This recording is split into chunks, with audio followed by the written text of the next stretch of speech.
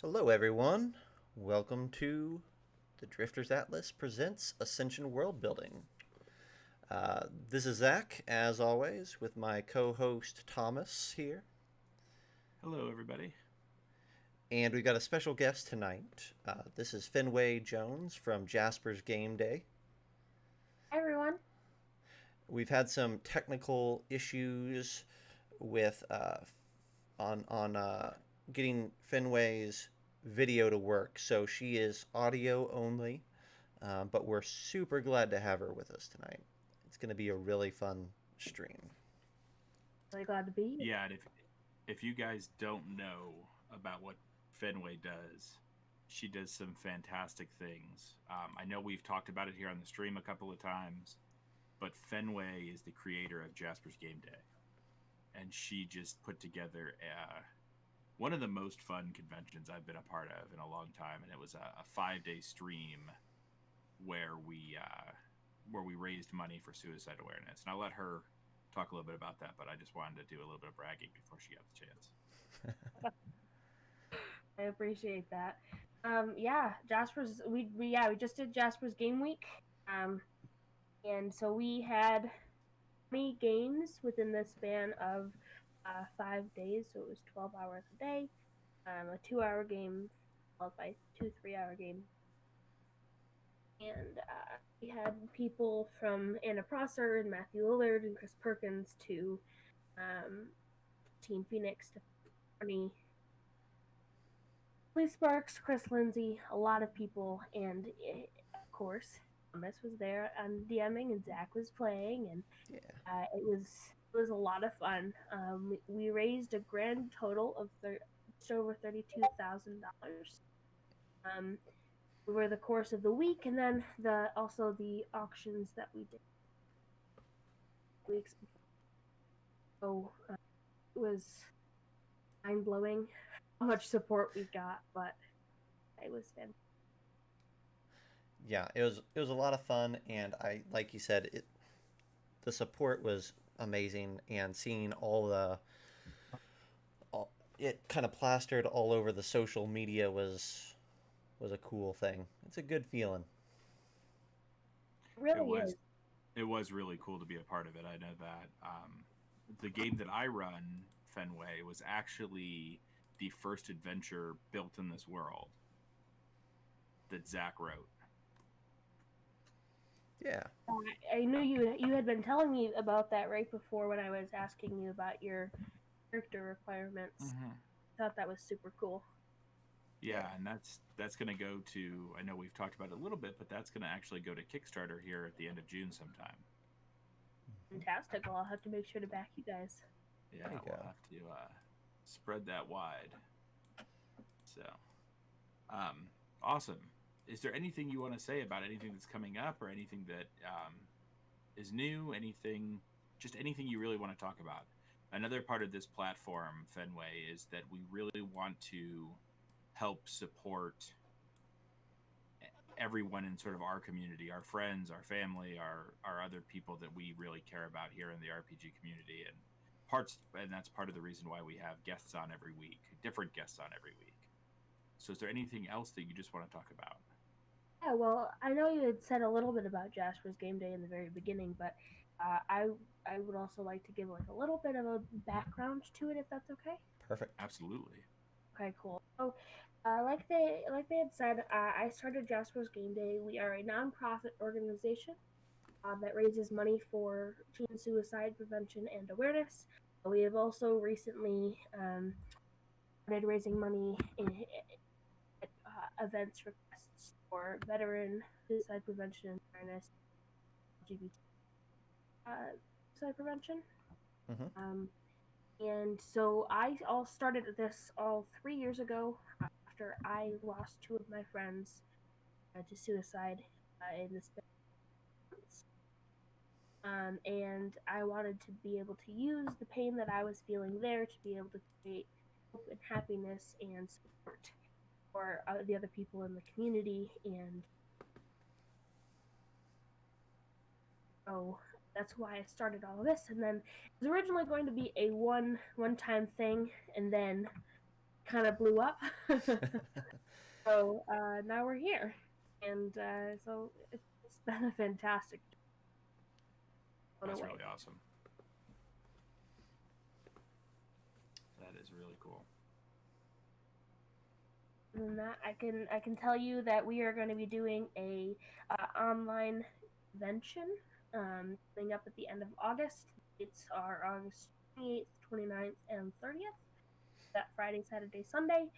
I don't know exactly what we're going to have yet, but I can see that we'll have raffles and auctions, and all different sorts of stuff. So make sure to check it out. Look on jaspersgameday.com. Sweet. For more information. Yeah, and that's something that we'll be, anybody who is listening to this, we will be reminding people 100 times over, I'm sure. And of course, you've always got our support too if you guys need anything to let us know. Absolutely, we would love to have you guys involved again. Yeah, definitely. We'd love to.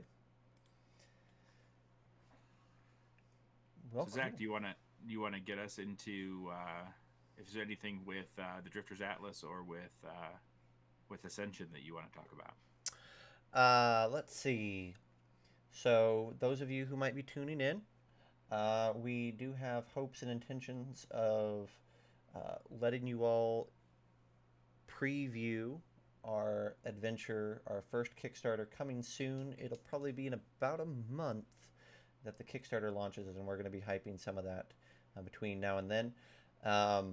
As we get closer to the deadline, we've got a couple of artists working hard to develop some really cool pieces for this adventure. So that's been exciting to get to chat with them this week and kind of lay the groundwork there. Patreon, on June 1st, we're going to be launching the miniature tier, which allows you to get a collection of miniatures sent right to your doorstep as part of that tier. And those miniatures are not just cool minis, but they also play into the adventure that is going to Kickstarter. So if you pick that up, or if you're part of the Patreon and you get pieces of that, you will have some minis to run with it. So we're really excited about that. At least initially, it's going to be a limited run. So there's only going to be a few slots in that mini tier. 10. Thomas is saying 10. 10 for now. Hopefully it becomes popular enough that I can that it forces me to buy some new machines and to run more. But for right now, I want to make sure that we are at least getting everything out on time every month. Yep. So Thomas is going to be printing those out on his resin printer, so they're going to be really nice quality. There's going to be some pictures going up in the next few days on our socials of the first minis from the first wave. So definitely be looking at that. And there is a secret with that. Ooh. Not only, if you back at the Patreon tier, not only will you get that month's of mini, but you'll also get a free Beholder mini and a bottle of super glue to put it all together after it's painted. Mm-hmm. Just as our sort of thank you for supporting us through this time. Yep. So that's I think the announcements. So you guys ready to dive in and build a little bit of this dragon? Yeah. Do we want to? As Fenway can see, or maybe she can't see, but we are working on. We're moving back to the Pirate Isles this week, and that's in our southwestern corner of the map. For anyone who has been following us, that is where the 8 pirate lords sort of reign supreme. It's where our adventure starts, and we have a dragon there that we don't know that much about. Mm-hmm. Yep. So we built this dragon, or we came up with the idea for this dragon a couple months ago now, and then we just kind of left it alone. And so tonight's a good night to dive back in and figure out what we want to do there. Like you said, we know that this dragon runs the pirate lords, oversees the pirate lords. It's not necessarily an evil dragon by any means, but it has its own motivations for keeping them in line and for helping them, at least in some form or fashion, establish their rule. Um, and I think that's about all we know of it. We talked about it maybe being a green dragon, but I don't know that we solidified that. We haven't solidified anything. So the notes that I have so far on this, to get sort of Fenway up to speed, because we have talked about it a little bit, but not deep into it. We said that this would be the starting area for our story. That there's a dragon watching over the entire land. It's in this forest. The dragon is trying to keep the peace between the pirate lords by force. And that's about it. Cool. Great. So, to work with. yeah. It's So a fresh slate. that's right. I'm gonna let you guys kind of take it away, and I'll just jump in and I'll keep an eye on chat. So you guys just chat away, and I'll color. Awesome. Sounds good. And what he means by color, guys, anybody who can see, can't see, is listening. He is actually adjusting the map there at the top right corner on Wonder Draft as we speak. So, what is your favorite dragon for a forest, Fenway? My favorite dragon, I will say that I either like green ones or the black dragon. I know that personally, I always use either black or white dragons in adventures if I'm going to put them in there, and the white ones I castles, dungeons, that sort of thing. Gotcha. Yeah, with green dragons, black dragons are pretty evil, I think, right? I think so, but they also are able to. But Yeah. I also know that green dragons are much less various, I guess. Yeah. Yeah, and white dragons are quite a bit like feral almost, right? Yes. White dragons are the least intelligent of the dragons. So, we could be wrong. so if we go green, why has it stayed here?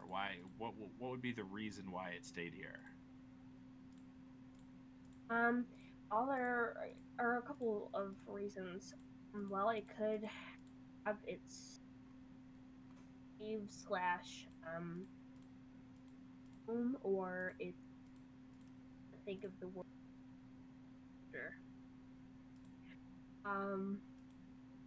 Whatever its prizes and Yeah, so it has its hoard here somewhere, you think? yes, that's the word I was thinking.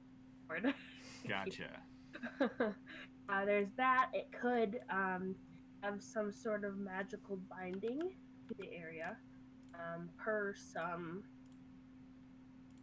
like a celestial being or demonic being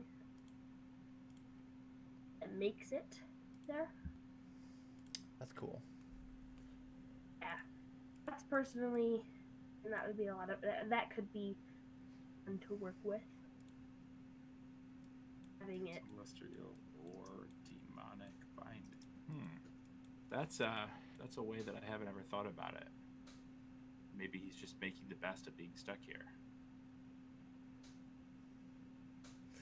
I could be down with that. I like that. sounds good.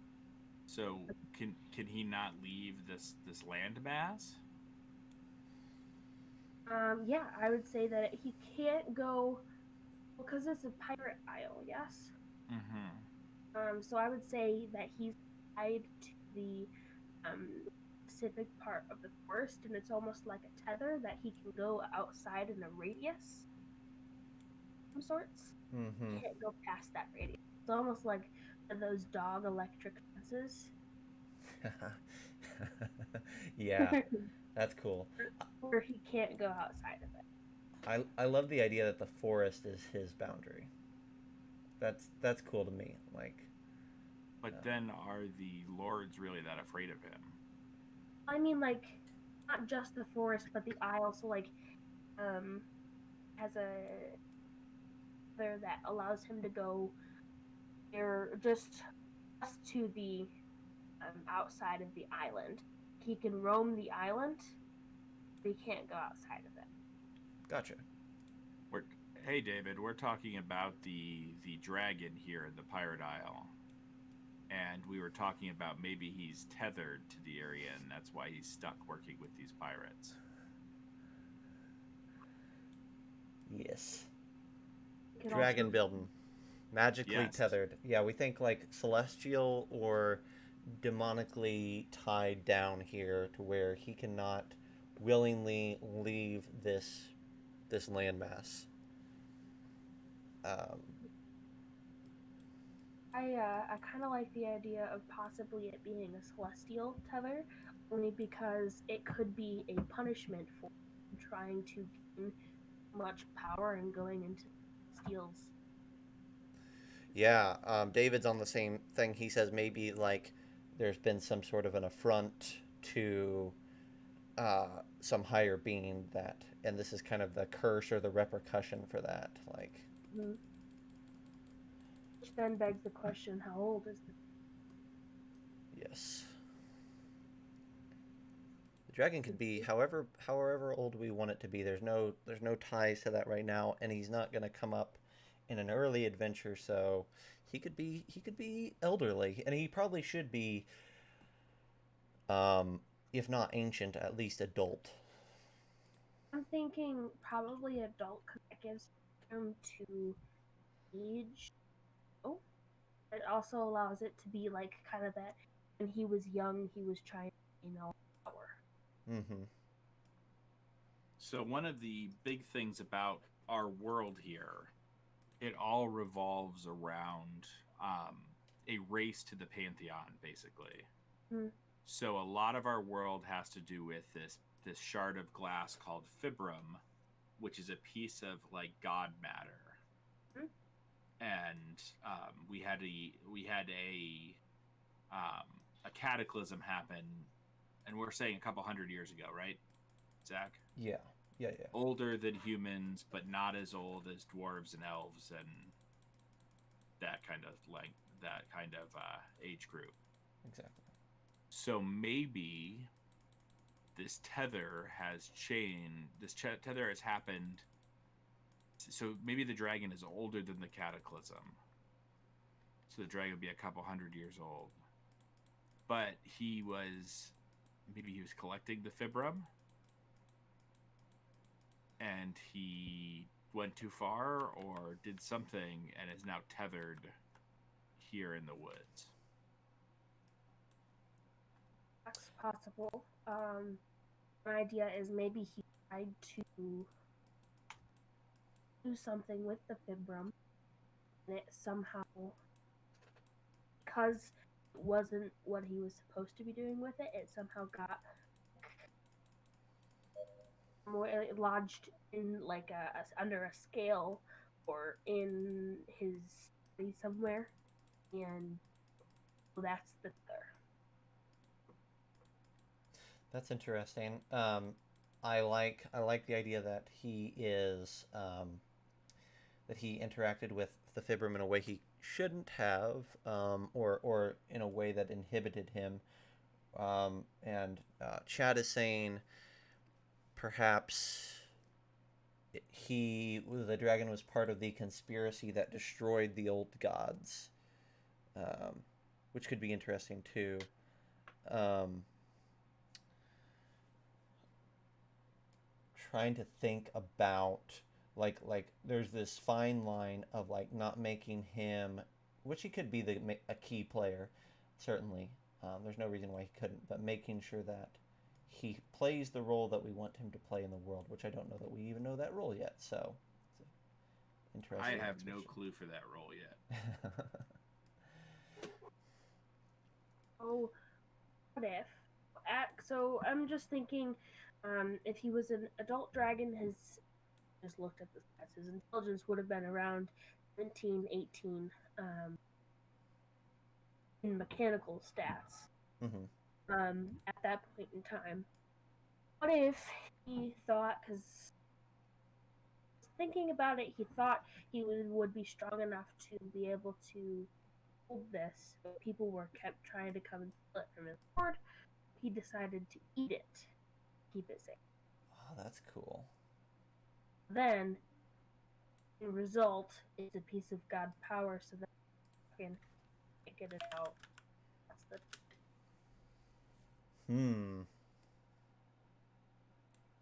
Okay, I'm doing some looking on my end, but I like the idea that he ate it. Um, that's a That's one fun. mean. That's one mean tummy ache. Yeah. We've got a for David and Fenway and anyone else. I've got a basically a Ascension Bible now that I can pull up and make sure that whatever we design, if it does conflict, that we're okay with it conflicting with already established lore. But I don't know about this Bible. well, you do. It's just not. I just don't call it a Bible. Oh. So what we know is that consuming fibrum gives an advantage to your mental stats. So that could play in well, especially with a green dragon being this conniving creature. It basically could have heightened all of that, but maybe a side effect was that it We do also know that there's repercussions for taking too much. yes.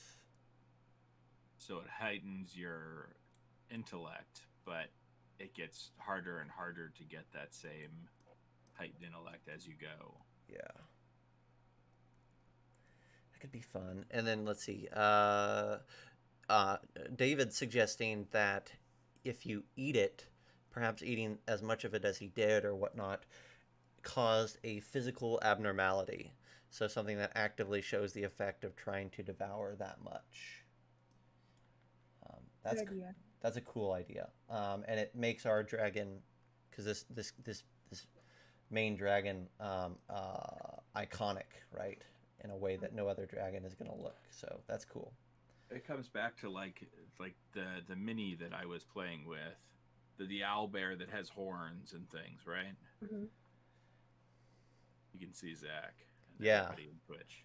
Like Could an owl bear with horns or glass shards coming out of the dragon, or maybe some of his scales are turning clear. Mm-hmm. David saying you can also, whatever we determine for its abnormality could also give it its name or its nickname, right? So whatever makes. What if it got lines down made of, it almost looks like glass, or it looks like glass, but it isn't.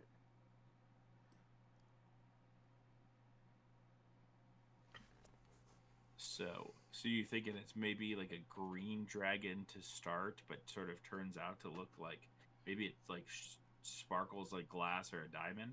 Mm-hmm. Maybe some of it's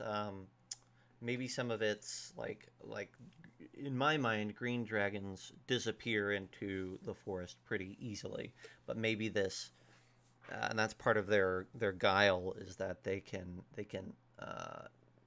they're pretty stealthy, but maybe this glass abnormality has made them glisten in the sunlight like some vampire and kind of removed its ability to just disappear into the woods. Um, Made it stand out more than blend in. Right? Yeah. I like that. Yeah. Actually, so I'm looking at the green dragon stats right now. Mm-hmm. And the green dragon actually goes well with the whole idea that you're looking for, because the green dragons have something called manipulative schemers, and they like to bend other creatures to its will by assessing and playing off their deepest desires. And then it also says that it has something called the living treasures, which is means that its favored treasures are the sentient creatures it bends to its will.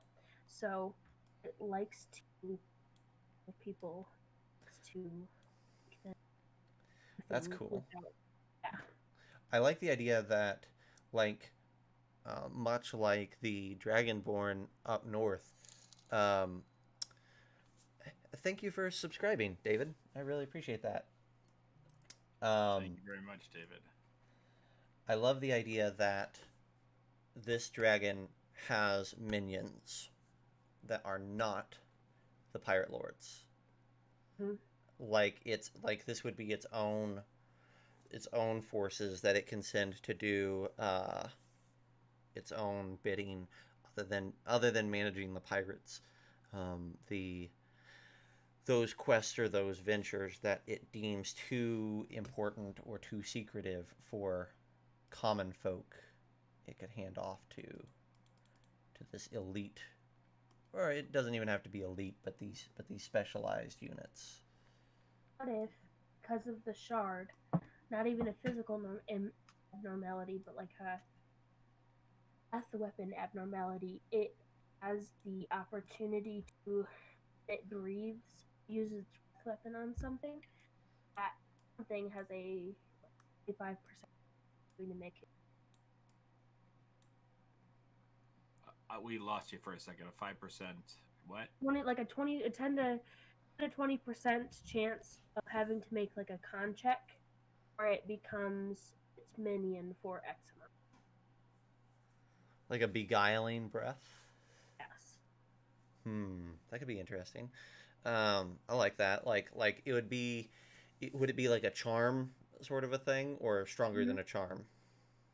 So, for a mechanical effect with adventurers, I think it should be like a charm effect, but for like the people who are just around, almost like it's a permanent thing. They fail it for the people who aren't like players. Mm-hmm.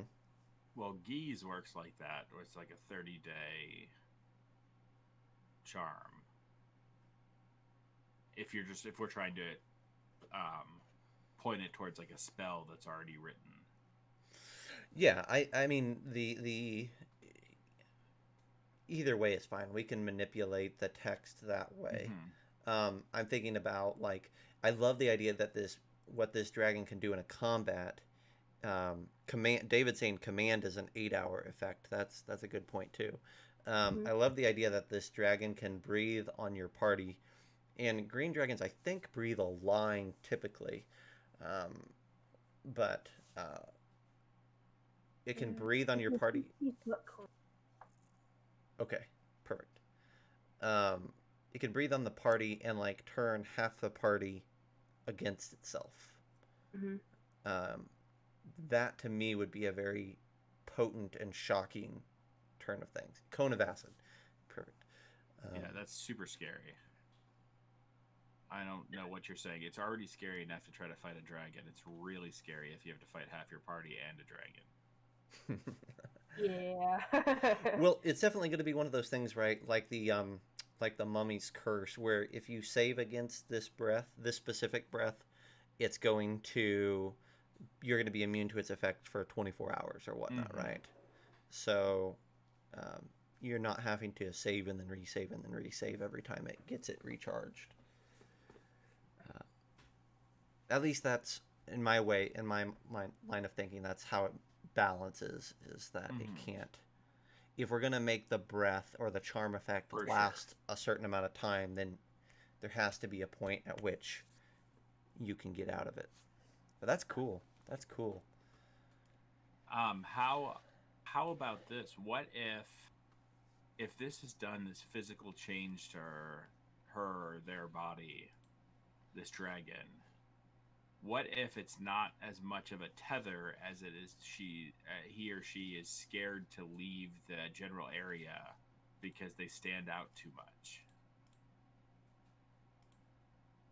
So if this hey Arathos, Atheros. Atheros, yep, reading comprehension is hard.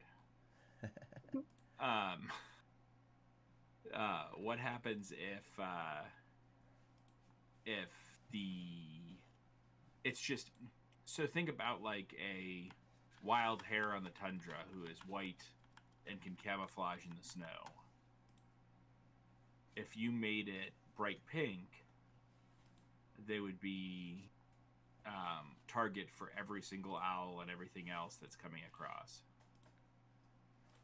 What if the dragon is so afraid to leave the area because they ate this fibrum and they've turned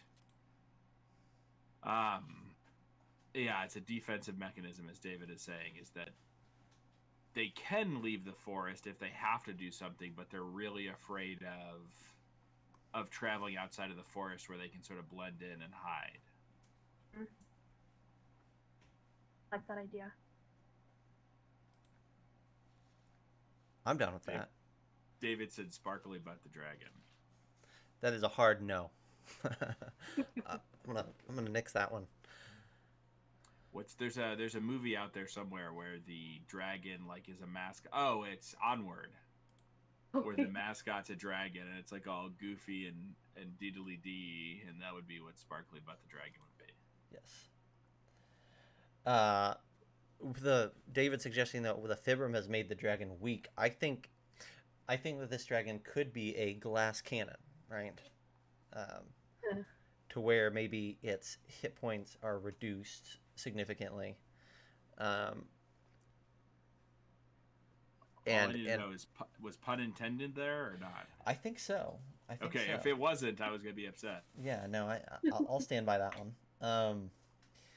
So let's see, using spell. Yeah, I love that, David. I love that it's like Atheros. We're working on a dragon who is in control of the 8 pirate lords.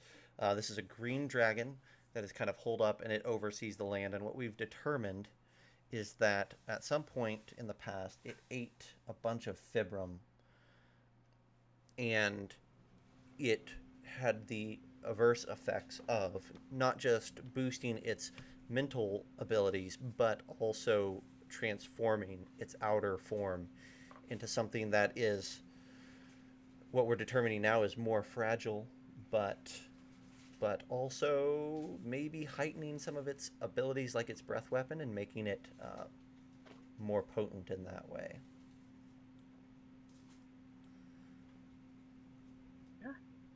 Yeah, and we're building this charm breath out for this dragon, and I love that idea. I want it to be, one of the things that I like to try to keep in place is I don't want the dragon to be a joke. I think that maybe the thing that it has still to its benefit is super high intellect. So if the standard green dragon has intelligence of like, what do we look at, 18 or 19? Yeah, an adult dragon's intelligence is 18. Cool. Maybe this one's is like 23. Yeah, I was gonna say like 22, 23. Does it also in its wisdom? Yeah, it would be all its mental stats would get a bump, and we can play with which ones get how much of a bump, but I like the idea that its intelligence is super high, and then probably its wisdom is too. Charisma would get a bump too. Yeah. So this thing lures people into the woods, and it's convinced the pirate lords that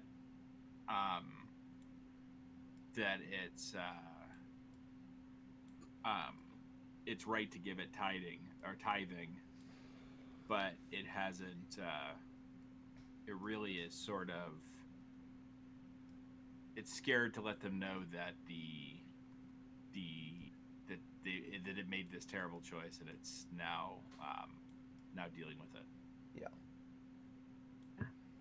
I love the idea that, as Atheros is saying, what if the fibrums made the scales weaker and easier to pierce or completely fall off, thus making his natural armor weaker? Mm-hmm. I think that's a great idea. Or like we've talked about with some of the other like biofibrum in the world, maybe this is making their natural scales fall off and being replaced with sort of these glass scales. I think because you're already planning on reducing his hit point.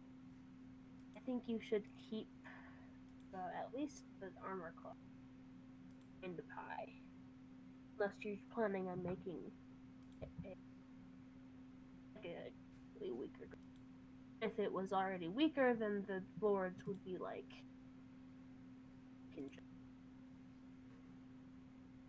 That's fair. Let's see. I'm just looking through here. So could we?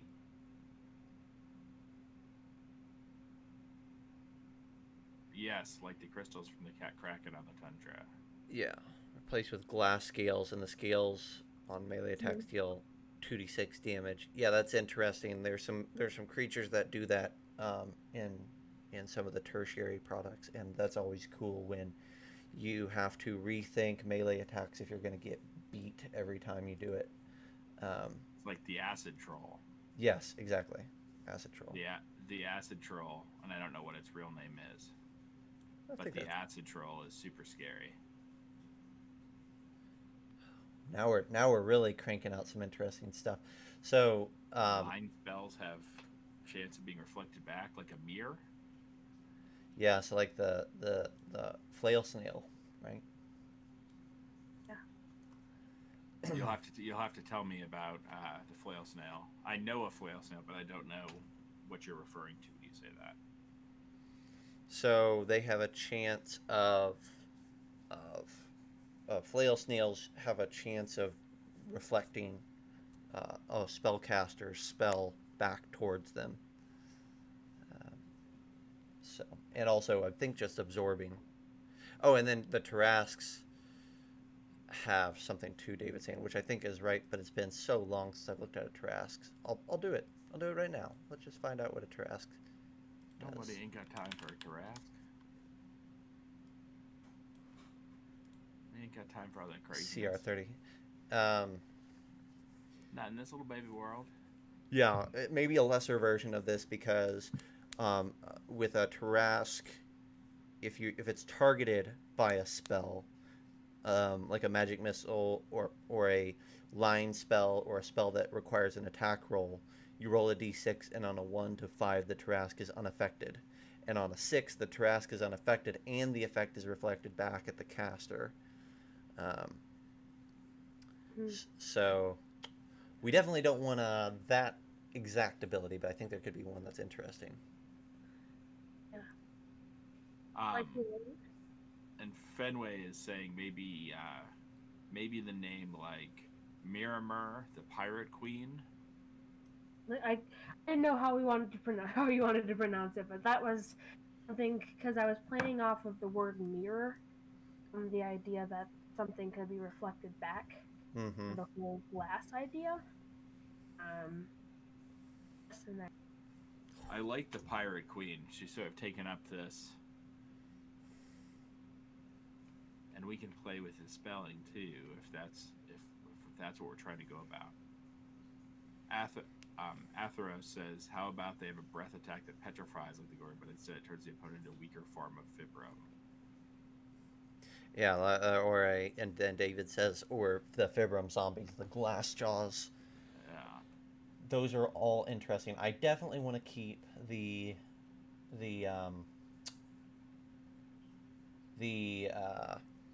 charm breath, but a lot of dragons have 2 breaths, so it depends on whether we want it to have no attack breath weapon, damage dealing breath weapon, or if we want, if we don't care about that, then we can have 2 different effects that it can do. That being said, it probably reduces its CR somewhat to not have a breath weapon attack. Not a big deal, though. Honestly, if anything, if you told me that this was an easier thing to fight, I would laugh in your face. Do ideas for that. Well, you could bump its CR up a little bit and make it have 2 breath. 3. Mm-hmm.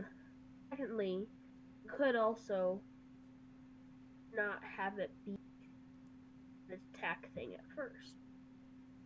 What if he is turning into Fibram or turning into a weaker form of Fibram and realizes that her power over the pirate lords is weakening because she is becoming weaker, and so she's the one who people care.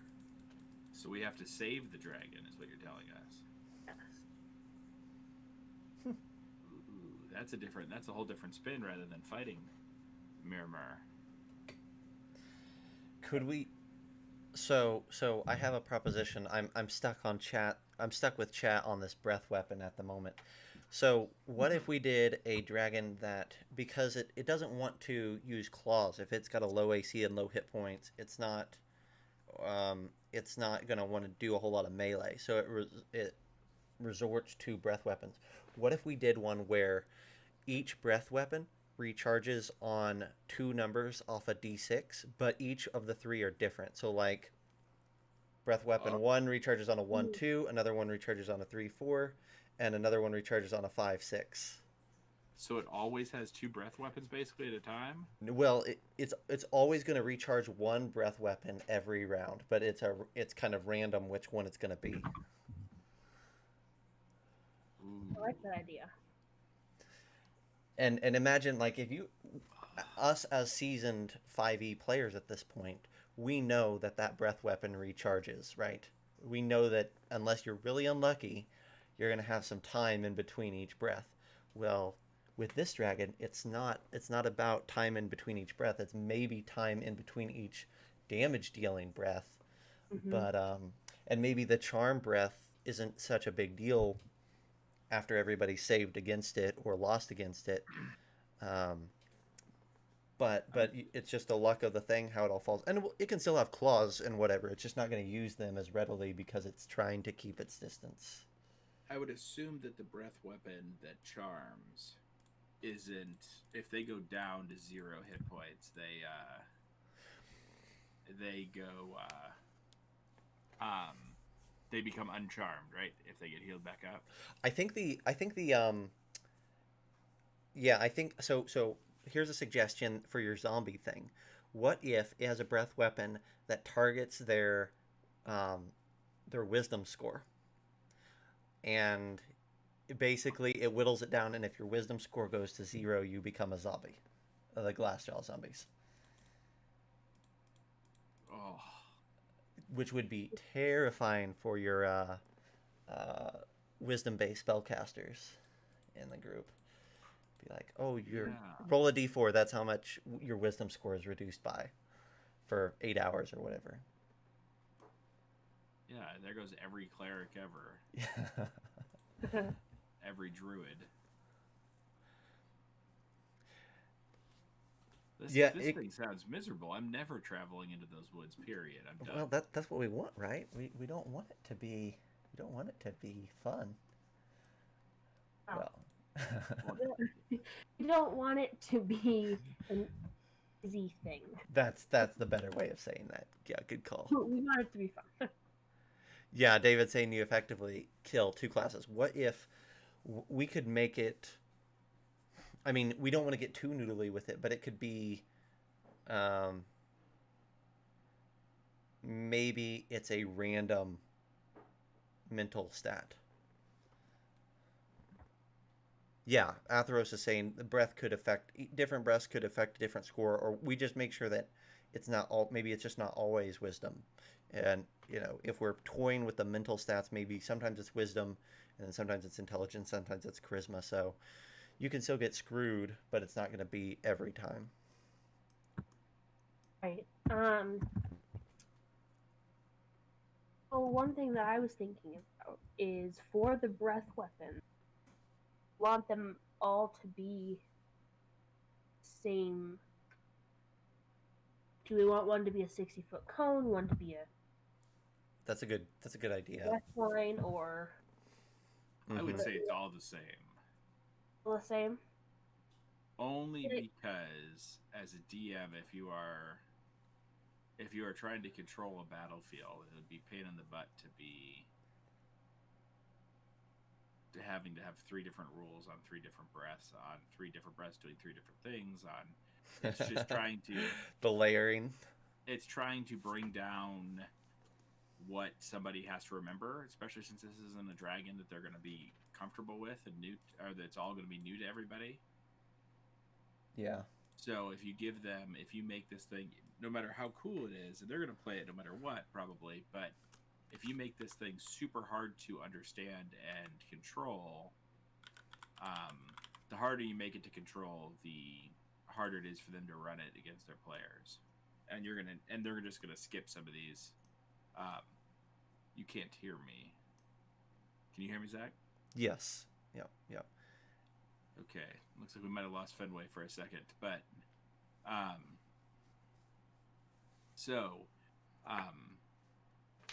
will text her or message her quick here. But I think that. What do you think, Zach, about that moving through?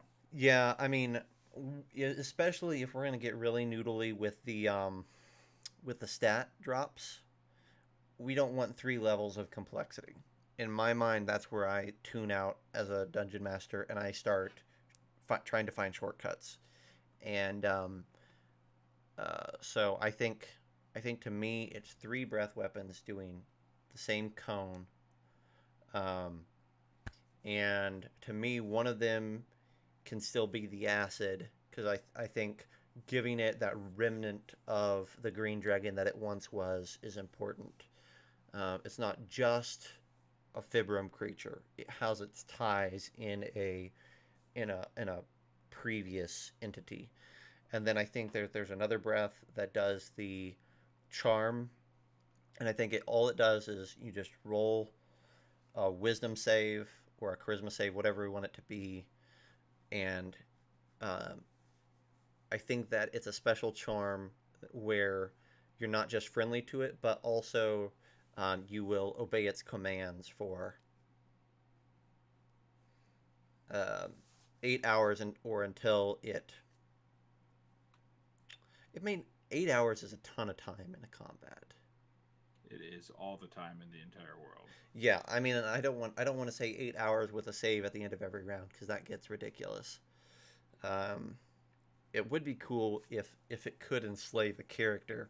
I'm thinking like the aboleth's enslave ability, right? Which is so cool if you get a character with it. Pull up the text on that. That's what it's one of the most fun things I've ever run at a convention was when we had the Morkoths. Do you remember Mm-hmm. those? Mm-hmm. Trapping people in the lair of a Morkoth was one of the fun things I've done in a long time. And that had the same sort of hide in the dark, make people do your bidding, run away. I think we could just grab this enslave ability, reduce the duration, and just use it. This aboleth. Let me post it into chat so chat can kind of mull it over too. I think it's too powerful as a breath attack as is, but I think we could do a reduced version. And let me see. I gotta post it twice, I guess. That's fine. Do this. Boop, boop, boop, boop. So that's the first part of the ability. And then boop, boop, boop, boop. That's the second part. And then the third ability is something that drains a random mental stat. And if you fall below 0 in any of your mental stats, you turn into a glass jaw.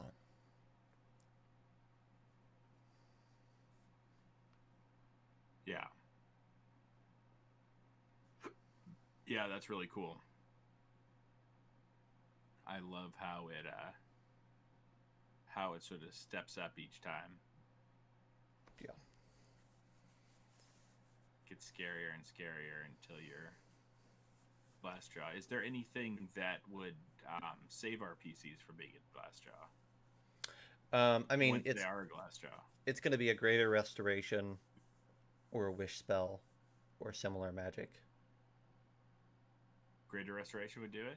I think so. I'd let it for this because they're not fully transformed. It's just starting that process is how I would flavor it. Like And Greater Restoration is pretty sweet as is. So I'd probably let it happen. Yeah, and I think it's level 9 before anyone gets greater anyway. Yeah. And it's quite the spell. I think it's a 5th level spell. Yep. Yep. I've played enough clerics that I should know that. Well, so the big thing for Greater Restoration is that it removes any reduction to one of the target's ability scores. So it's like the perfect thing to counter this specific breath attack is negating a ability score reduction. So, cool. So, what do we want to talk about? Do we want to talk about like the area a little bit more? What does its horde and its home area look like?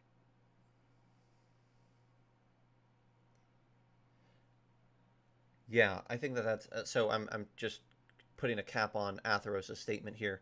So I think if hit, roll a d6, and depending on your number get, your stat decreases by X points. Yeah, I think that's the way to do it.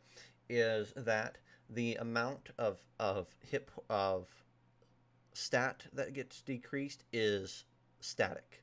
So your roll a d6 on a 1 to 2, your intelligence score on a 3 to 4, your wisdom score on a 5 to 6, your charisma score is reduced by 2 points.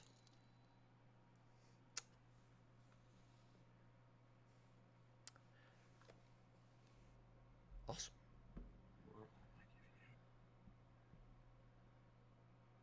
Yeah, I think so. Yeah, and I think that it should only be mental because that's what consuming it keeps within the flavor of this specific particular dragon and what consuming fibrum does because it's ate a bunch of fibrum which heightens your mental scores. Um, so I think it fits the flavor line to where this only plays with those. And by making it only 3, we're increasing the chances that one of them drops to 0.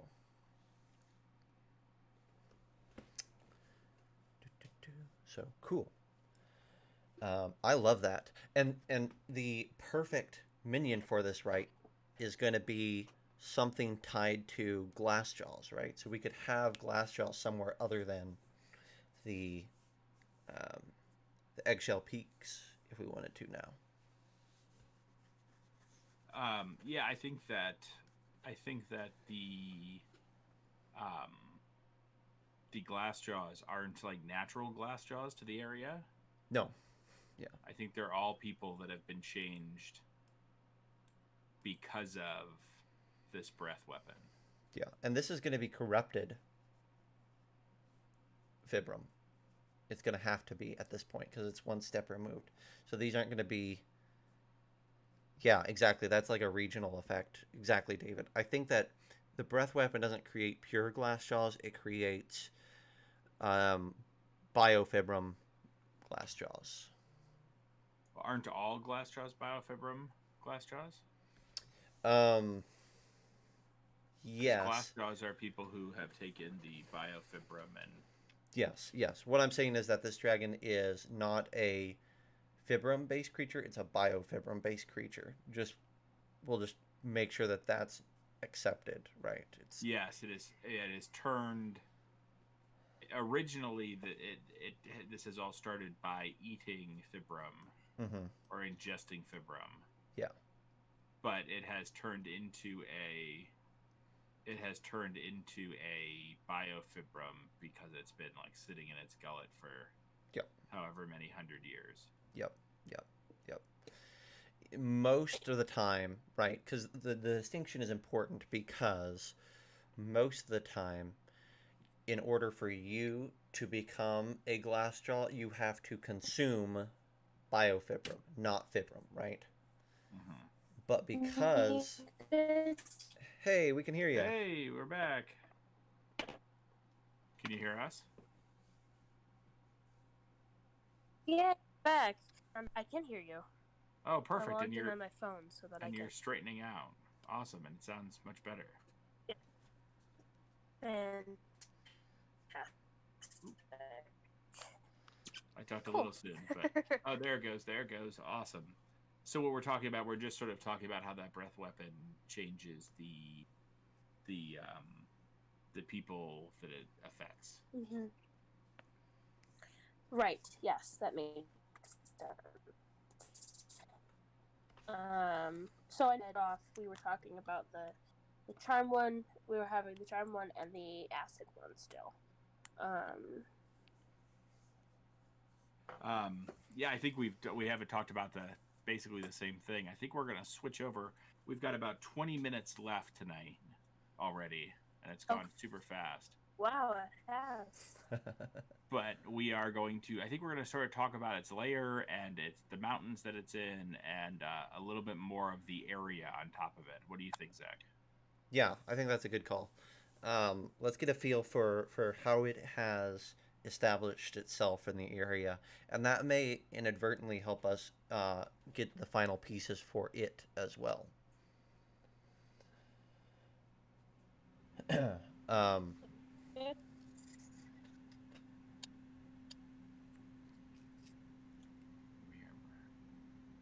Yeah, I'm still kicking around how I think we should spell this, but I think that's a great first pass at it, at least.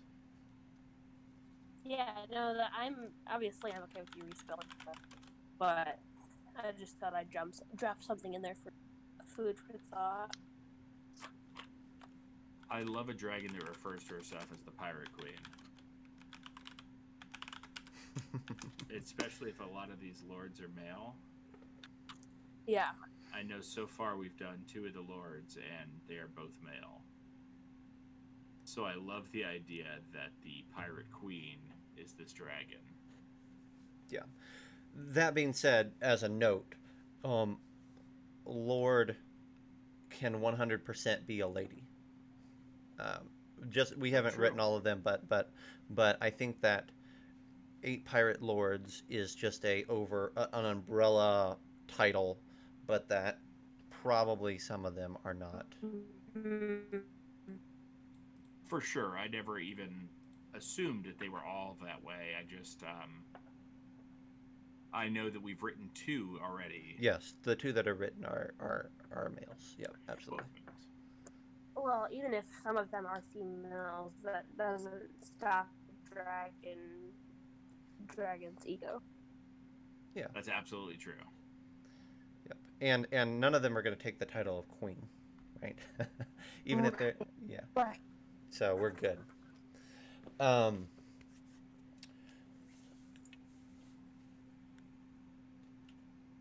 What if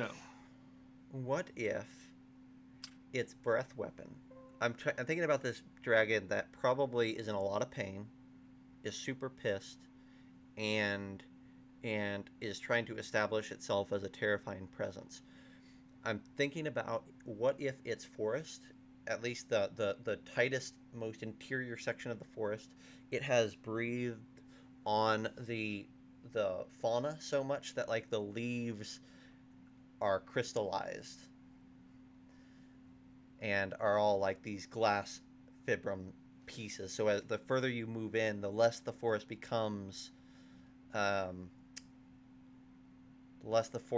natural, and it becomes this grotesque thing. And inadvertently, it has also, or maybe intentionally, because it's super smart, maybe that is slowly making it able to disappear again into its environment.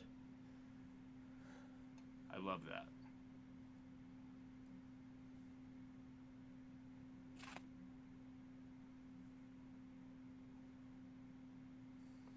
So it starts to become like crystalline on trees and flowers and things. I think. Yeah. I like that. You like what, Fenway? The crystalline on the trees and the flowers.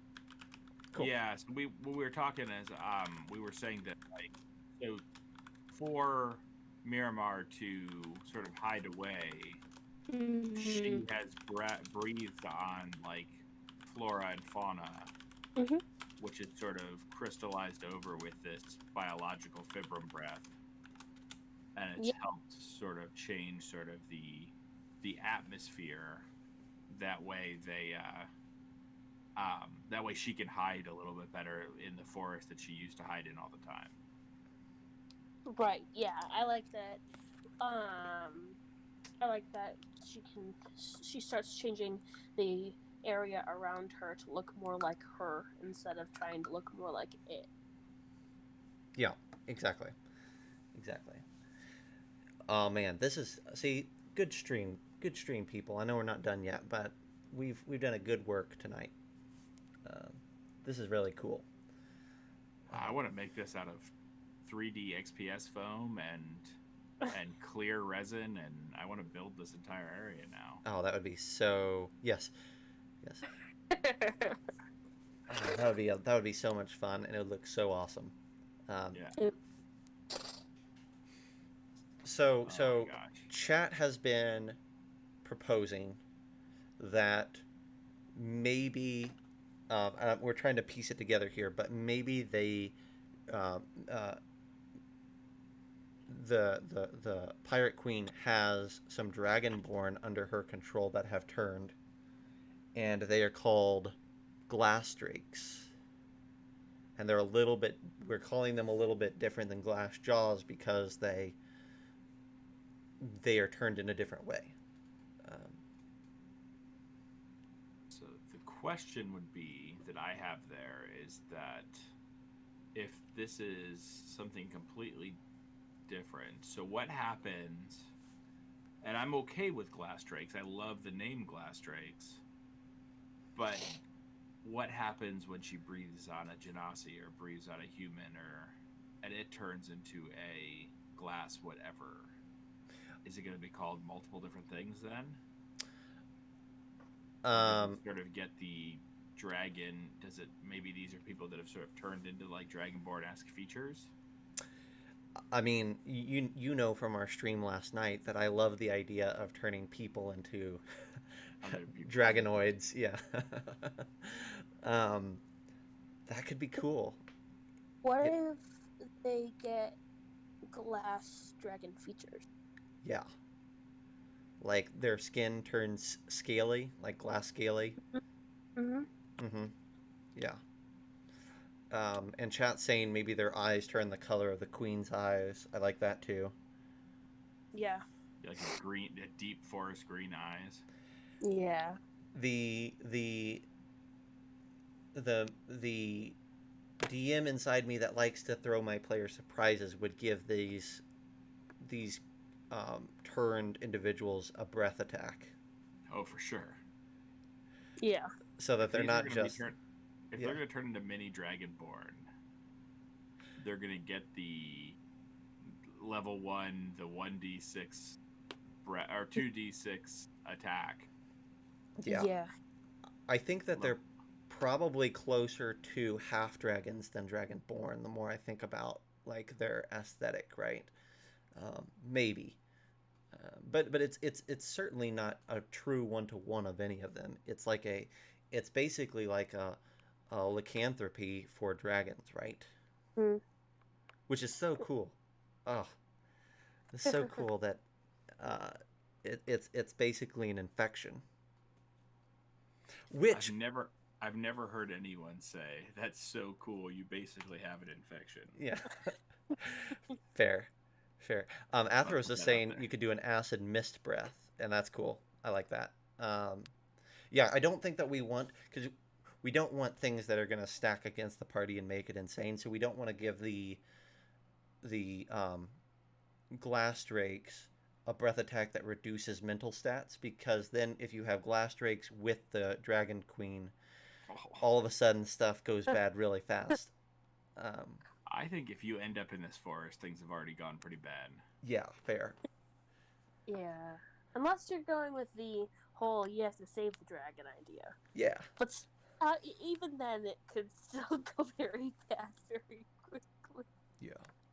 I think there's definitely a case to be made that there could be a cool adventure either about saving or about recruiting this dragon to assist you with something, or bartering with this dragon. I don't like, as much as I would love to run a combat with this creature, I Welcome back, Atheros. Um, as much as I love the idea of running a combat with this creature, I love more the idea that this creature is somebody to be interacted with. Mm-hmm. Maybe there's some conflicts with its minions that you could kind of showcase what it can do.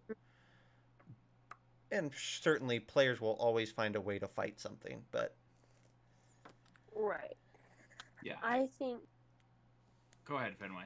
I was just going to say, with its height, intelligence and charisma, it might have a higher desire to like just talk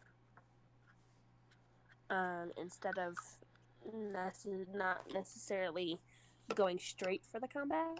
So Yeah. it might have a parlay mindset. Mm-hmm. Well, it's super intelligent, but it also will know as part of that it is not an all-powerful entity and is in fact weak. Right. If you find a way around its breath abilities, it's actually a pretty weak dragon.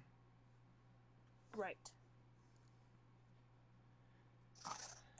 I'm gonna fight.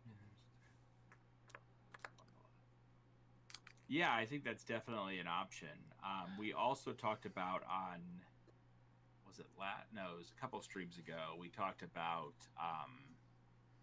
the underwater city here of Stormtide Union. And we talked about how our higher level adventure is the players coming back and sort of saving the underwater city from attack. What if they need something that the dragon is now in possession of?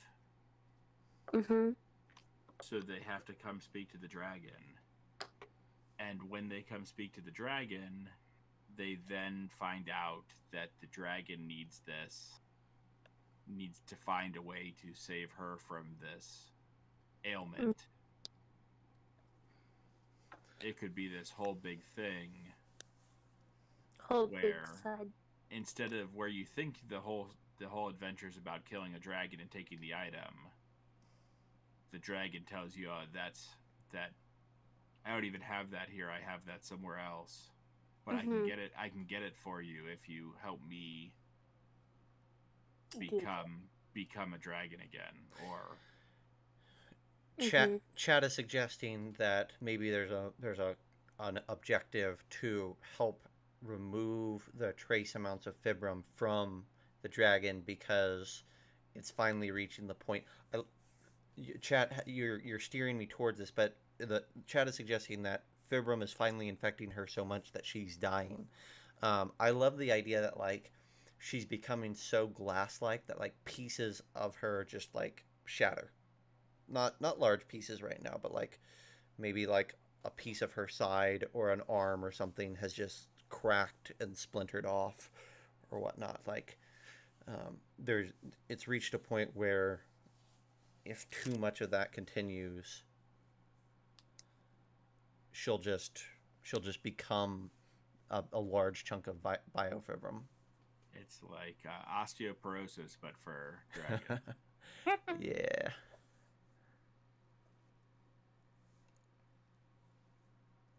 Yeah, David's saying there could be a cure, but the dragon is becoming feral. So you make the deal with the dragon, but when you return, she's basically a beast that you have to try to perform the ritual on. You can kill her and gain the fibrum, or you can save her and gain both the fibrum and the favor from the pirate queen. Yeah, always choices are a cool thing. Mm-hmm. And timed quests are also awesome, right? Go do this, and you only have so much time to do it. Then you need to come back. Puts pressure on the PCs in a fun way. It does, and it doesn't allow them to take as many long rests or short rests as they want. Mm-hmm. It gives you need to do this now, or XYZ happens. Yeah, there's a really cool module. It's a CCC where you go into an Elder Brains lair, and the way that you get in there without being seen is you have an illithid companion, illithid ally that gives you one of their little worms or slugs, whatever they are, Mm-hmm. tadpoles, and they basically infect you so that you are turning into a ceramorph. Um, and so you have 8 hours to complete, to get in and get out, so to speak, or you turn into an illithid and you have to give up your character. And that's the module is you can't take a long rest, you can't do anything, and you have this timeline. And if you don't do it in this timeline, you all turn into illithids and uh, tear up your character sheets. So really Oh, cool module. Um, it's a tier 3, I think. So, but it's a lot of fun, and that could be there could be some element of that here. mm-hmm. I told you I want to do Elder Brain stuff at some point with Drifter's Atlas. Yeah. It doesn't fit in this world very well yet, but at some point we're gonna do some Elder Brain and some Illithid Den stuff here. Atheros is saying, what if her own blood is crystallizing and it's already knocked one of her wings or her tail or an organ? Yeah, I think you could get rid of something that kind of notifies the dragon and you that this is a ticking clock.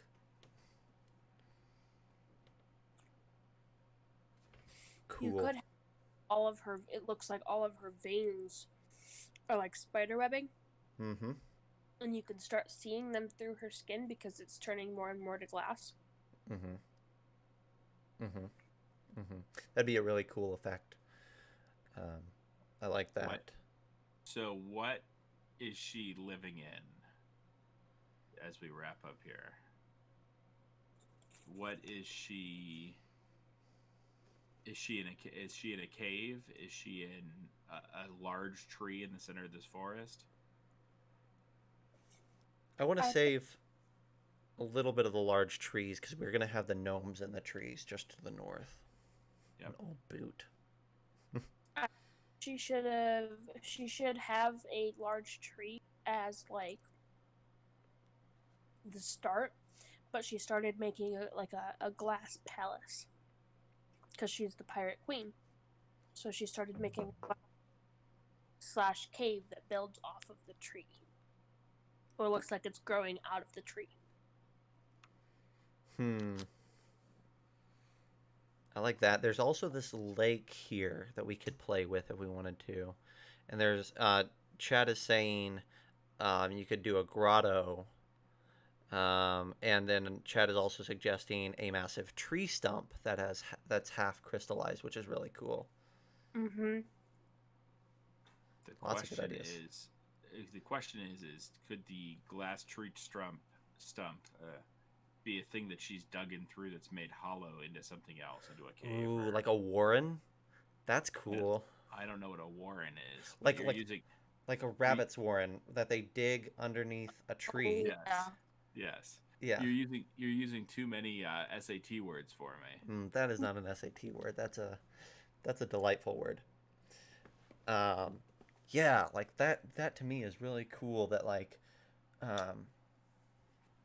this massive tree. Maybe it's not the world tree is way too big, but I love the idea that there was this huge tree that has fallen over or died or long since been removed, and there's this stump that it has turned into a thing, and then underneath and it tunnels around in.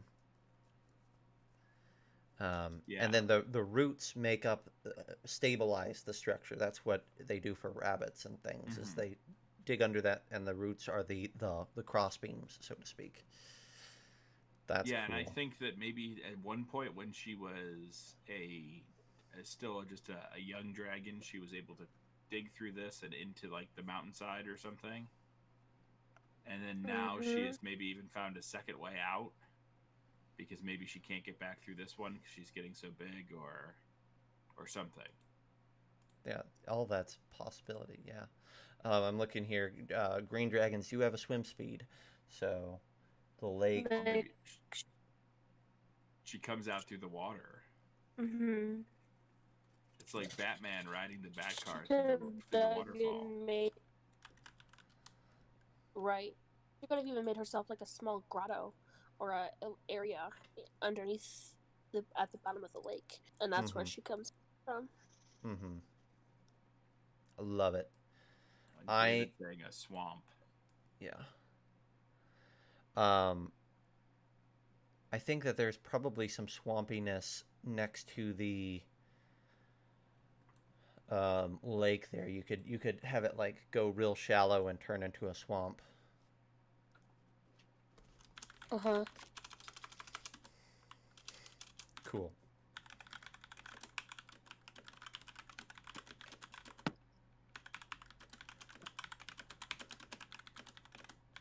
I love all those.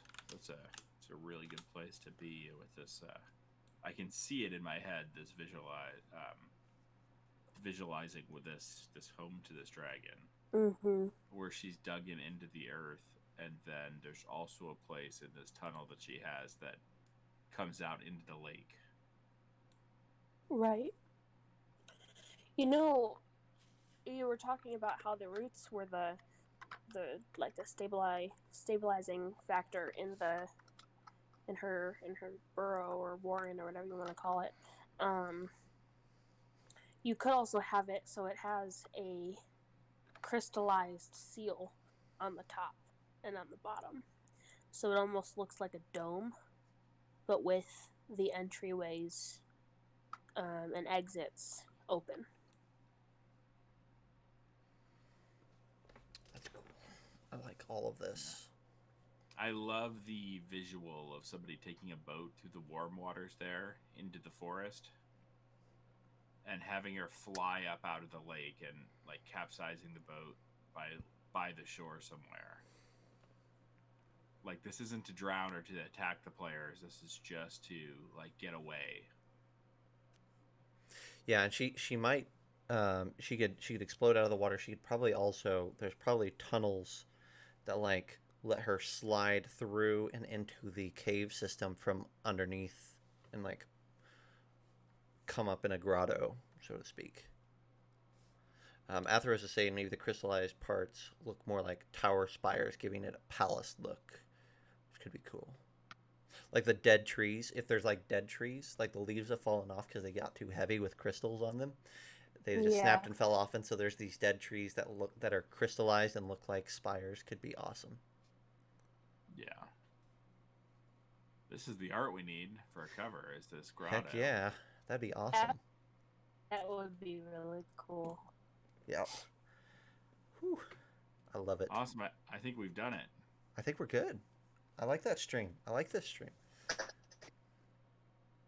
Yeah, it's David's right. I think that like if there were people around to mock it, I think that it's called Glass Palace in like a mocking way because it's all dead, right? It's not it's not she didn't make it in that she transformed it, but the only way she could transform it was to destroy it, right? So it's one of those like don't look too closely. It's not all that it is made out to be, sort of thing. Probably from a distance it looks impressive, but as you get closer, it's like this is just kind of terrifying and abysmal. Right. And it's the opposite of like a forest dragon would be anyway. Yeah. It's the opposite of her natural instinct, probably. Yeah. And I think the pirate lords and ladies are probably referring to it as either the Glass Palace or the Crystal Keep, because that's how they see it. Because they don't really care either way.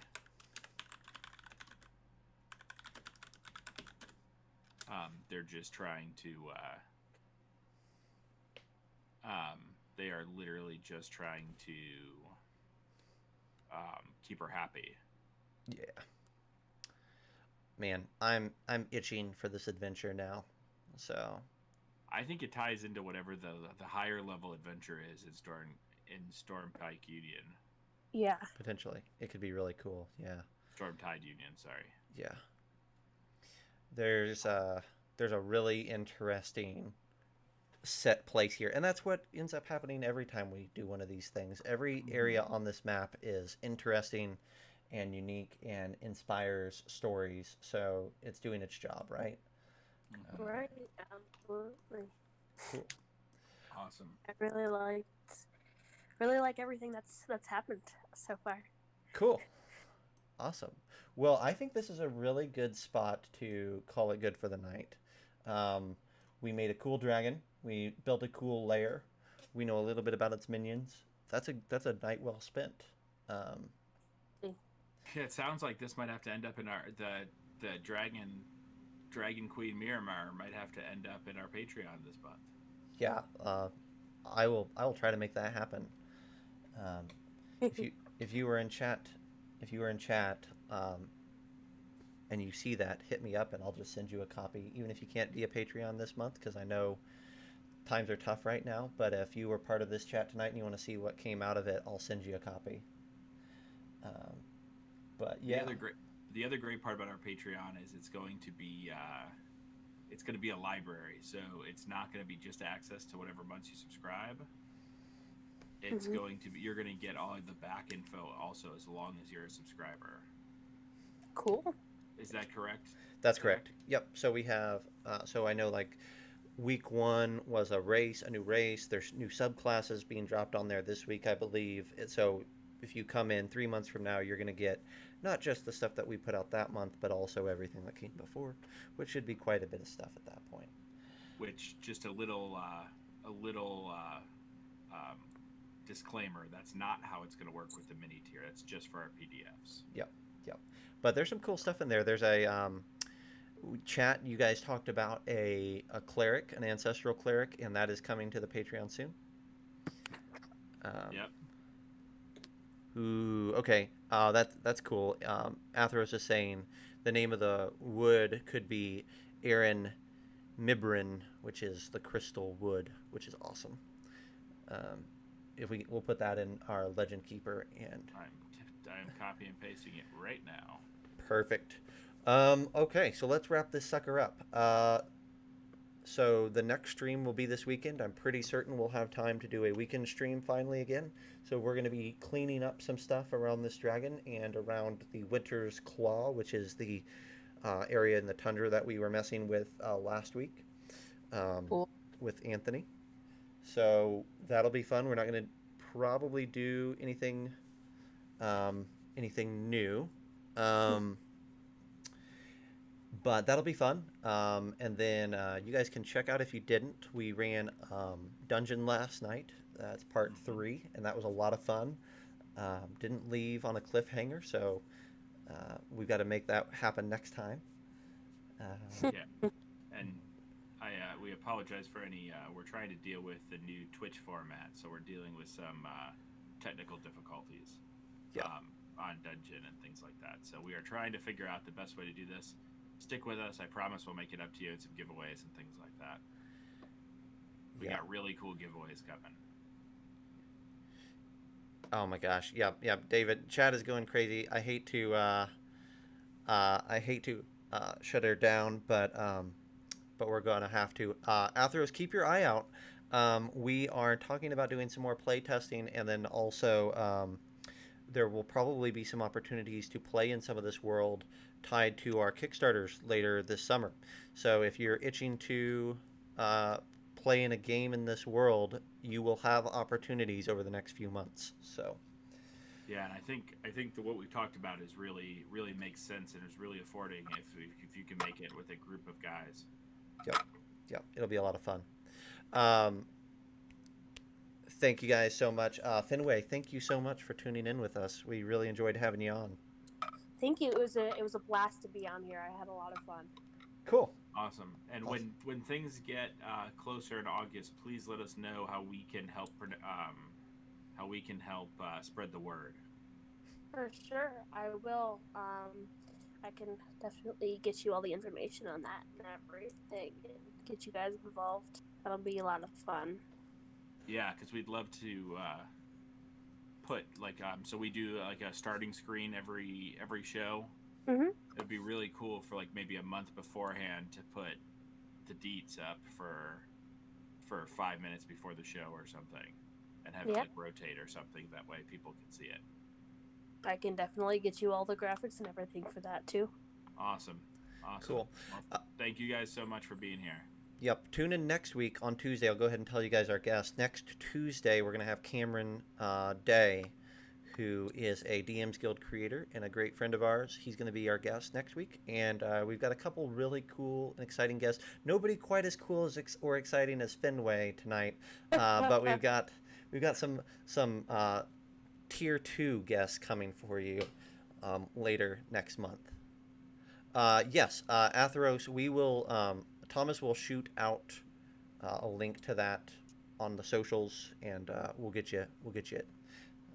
I'll send you one directly on Twitter, because I know we don't have an official Twitter. We just have my Twitter, which is at the Drifters Atlas. But we'll have that, and then starting June 1st, which is Friday. No, it's Monday. My days are completely off because of everything with quarantine. Starting Monday is when the second tier. So right now all we have is a PDF tier. It's $4 a month. Starting Monday we'll have that mini tier. Probably tomorrow afternoon we will have actual pictures of the first, for the bonus mini, which is the Beholder, and the first month of minis, which ties into our story. There you go. All right, guys. Thank you again so much. Thanks for tuning in, and we'll see you in a few days. All right. Bye, Thank you guys. so much. Bye. Bye.